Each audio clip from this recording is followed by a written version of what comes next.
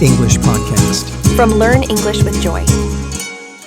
Hey everyone, and welcome back to Learn English with Joy, the podcast that brings you real English, real stories, and real progress. I'm Emily, and as always, I'm joined by my awesome co-host. Hey there, I'm Chris, and we're so happy to have you with us today. Whether you're tuning in during your morning coffee or relaxing after a long day, we're here to make learning English feel. That's right. And today's topic is something I think a lot of us can relate to. Let me ask you a question. Have you ever worked on a project where everyone had different ideas and the deadline was way too close? Oh yes, that brings back memories. Keep going, Chris. Okay, picture this. A few years ago, my team was preparing for a big product launch.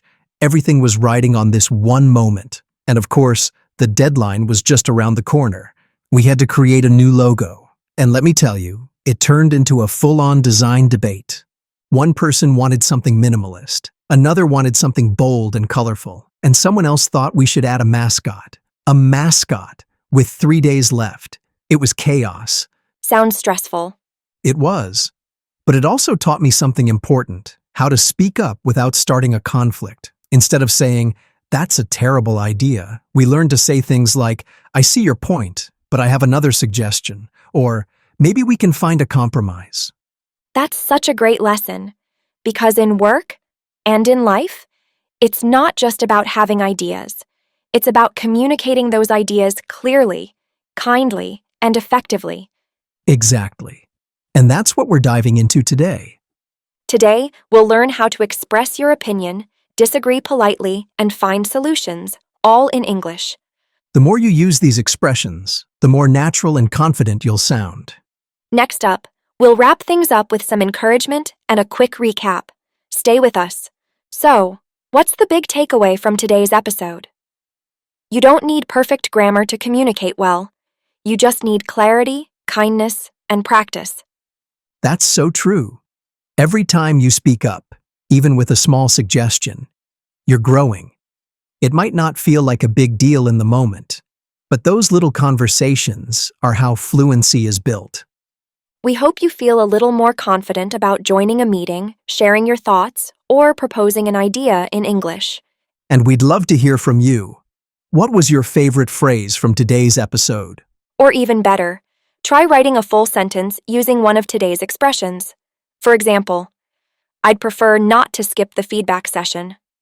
Let's touch base later this week." We'll walk you through a real office conversation, highlight useful phrases, and break them down so you can use them with confidence. So, let's get started. Today's scenario takes place in a small conference room at 9 a.m. sharp. Chris and Emily have gathered for their daily check-in. They're working together on a product launch, and the deadline is only 5 days away. Let's listen in as Chris kicks off the meeting. Good morning. Let's do a quick check-in. How are things going with your part of the project? Well, to be honest, we're falling a bit behind schedule. The video production team still hasn't sent us the final footage, so we can't finish the promo video. I've followed up twice, but they're also waiting on edits. Let's pause right there.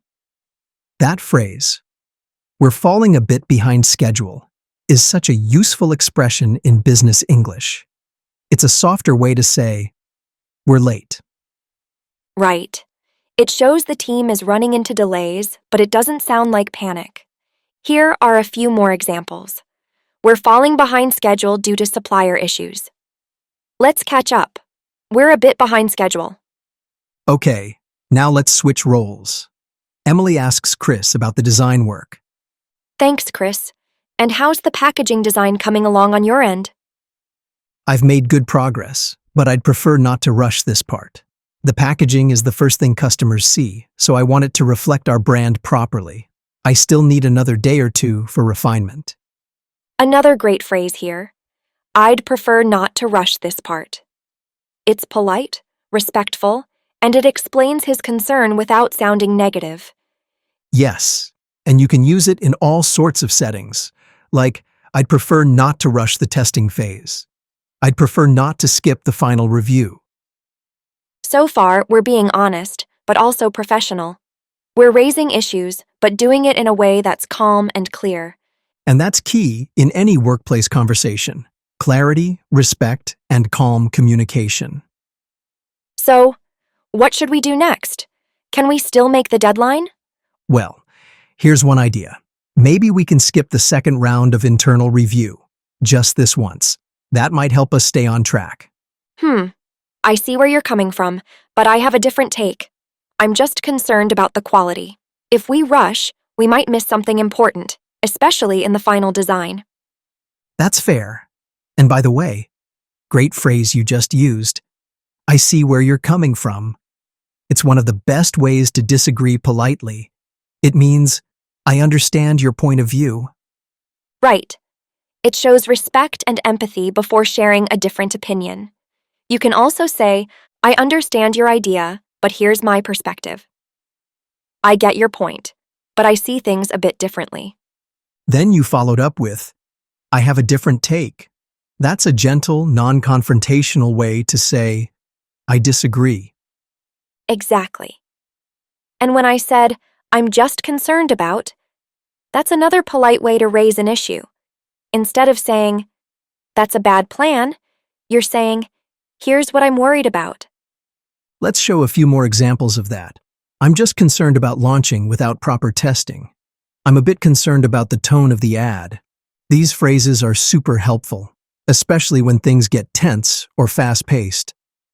Okay, so we've got two perspectives here. One wants to move faster, the other is focused on quality. So how do we move forward without choosing one and ignoring the other? Maybe we can find a middle ground. Like, what if we review the design in smaller chunks, instead of waiting for the whole thing to be done? Now, that's a solid compromise. Find a middle ground means we're not going with one extreme or the other. We're meeting in the middle. You can also say, let's meet halfway. Can we try a hybrid approach? And we're still sticking to our deadline, without totally skipping the quality checks. Let's also remember another key phrase. Let's keep each other posted. That helps the team stay in sync as the project moves forward. Yep, communication is everything when working under pressure. So just to recap the key expressions we used in this part. I see where you're coming from. I have a different take. I'm just concerned about, maybe we can find a middle ground. Let's keep each other posted. These are exactly the kind of phrases that help teams work together, even when opinions don't match. It's not about being the loudest voice in the room. It's about listening, responding kindly, and finding solutions together. Couldn't agree more. Ready to move into action? Let's do it. In the next part, we'll talk about how to divide the tasks and update the timeline, all while using natural business English. So, after we agreed to find a middle ground, we needed a practical solution, something that would let us keep moving without sacrificing too much quality. Here's what Emily suggested. What if we release a temporary version of the ad, just a short teaser using the footage we already have? Exactly. It wouldn't be perfect, but it would be enough to start generating interest while we wait for the full content. And my response? Let's go with that for now, and revisit later. That's a great phrase when you want to try a temporary solution, but leave room to improve it later. Yes. You might also say, let's test this version and adjust as needed. Let's go with this plan for now and tweak it next week. Then I added, that sounds like a good workaround. Let's talk about that word, workaround. It's a super common business English term. It means a temporary or creative solution to a problem. Right. Not perfect, but good enough to keep things moving. You can say, one possible workaround could be using last year's design as a placeholder. We need a quick workaround for this login issue. So with that agreed, we moved on to dividing up the work. We both looked at the tasks ahead. Emily would manage the teaser post and coordinate with the video team. I'd polish the product descriptions and keep working on the final version of the visuals. And to stay in sync, we agreed. Let's touch base again tomorrow. That's another great phrase to remember. Touch base means, let's check in, let's reconnect, even briefly. Here are a few examples. Let's touch base at the end of the day. Can we touch base after the meeting? So now, let's highlight a few more helpful expressions you can use when proposing ideas or soft solutions at work. Here are some of our favorites. How about we try? Would it make sense to? One possible workaround could be, maybe we could test this out first. Let's explore that idea and see how it works. Let's show them in context. How about we try launching the teaser while we wait for the full ad? Would it make sense to send a preview to get early feedback? Maybe we could test this version with a small audience. All of these phrases are polite, collaborative, and solution-focused. And they're easy to adapt. You can use them in emails, meetings, or brainstorming sessions. The most important thing? These expressions keep the conversation open. They invite others to share input without pushing too hard. And that's what teamwork is all about: proposing, adjusting, and moving forward together. Next up, we'll wrap up the project planning and reflect on what made this conversation successful. Stick around, and we'll see how to end the meeting with clarity and motivation. So, after agreeing on the teaser and dividing up the tasks, we updated the timeline. We pushed the deadline for the final video by 2 days, just to give the team a little breathing room. And more importantly, we made sure each person knew what they were responsible for. I handled the teaser and followed up with the video team. Chris finalized the product descriptions and started reviewing the full design draft. That's a big part of getting back on track, having clear roles and realistic next steps. At the end of the meeting, we took a minute to reflect. I smiled and said, "We're all in this together." And it was true. Even though we had different ideas, we listened, compromised, and kept things moving. Then I added, let's keep each other posted. Because staying updated is just as important as planning. If anything changes, timeline, design, feedback, we all want to know. Those two phrases are great when closing a meeting. We're all in this together builds team spirit. Let's keep each other posted, keeps communication open. Let's also remember a few others we used today. Let's revisit that later. Let's split the task. We might need to push the deadline. These are all useful when wrapping up with warmth and clarity. And they help create a positive tone, which makes it easier to follow through. We hope this story showed you not just what to say, but how to say it, especially when working through tough situations. Coming up next, we'll test your memory and reinforce what you've learned with a vocabulary quiz. Let's make it fun and super practical. Ready? Before we jump into the quiz, let's take a moment to reflect. Because the truth is, what you say is important, but how you say it matters even more in business English. Absolutely. You can have the best ideas in the world, but if you share them in a way that's unclear or too direct, people might not hear you the way you intend. That's why today's lesson focused so much on tone, phrasing, and the small language choices that make a big difference. And here's a great way to practice that. It's called shadowing. It means listening to a phrase, then repeating it out loud exactly the same way. Same words, same tone, same rhythm. You can try it right now with some of today's key phrases. Repeat after me. I agree, but I'd prefer to. Let's try this and revisit it later. You can even pause this episode and say them out loud, or rewind and echo what we say as we speak. Shadowing helps you sound more natural and builds speaking confidence fast. It also trains your ear to understand real English, not just textbook sentences. Another great tip: practice in front of a mirror. Watch how your mouth moves. Focus on clear pronunciation, not speed. Or use a voice recording app. Record yourself saying a phrase, then play it back. Compare it to how we say it here. That's how you'll notice progress. Bit by bit, your voice will become stronger, smoother, and more confident. And now, let's see what vocabulary stuck with you today. It's quiz time. All right, let's review the top 10 words and phrases from today's episode. the kind of English that makes your work conversations smoother and more professional. And remember, don't just listen. Try to repeat the phrases aloud with us. Deadline, the last day to finish something. Example, our project deadline is this Friday. So if someone says, "Can you meet the deadline?" you know they're talking about a due date. Behind schedule means something is later than planned. Example, we're behind schedule with the video. This phrase is perfect when you want to sound honest but calm about a delay. Push the deadline to delay the due date.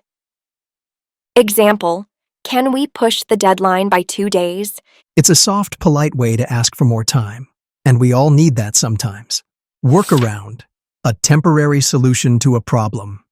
Example, let's find a quick workaround and move forward. In business, things go wrong. This word shows you're flexible and solution-focused. Revisit to return to something later.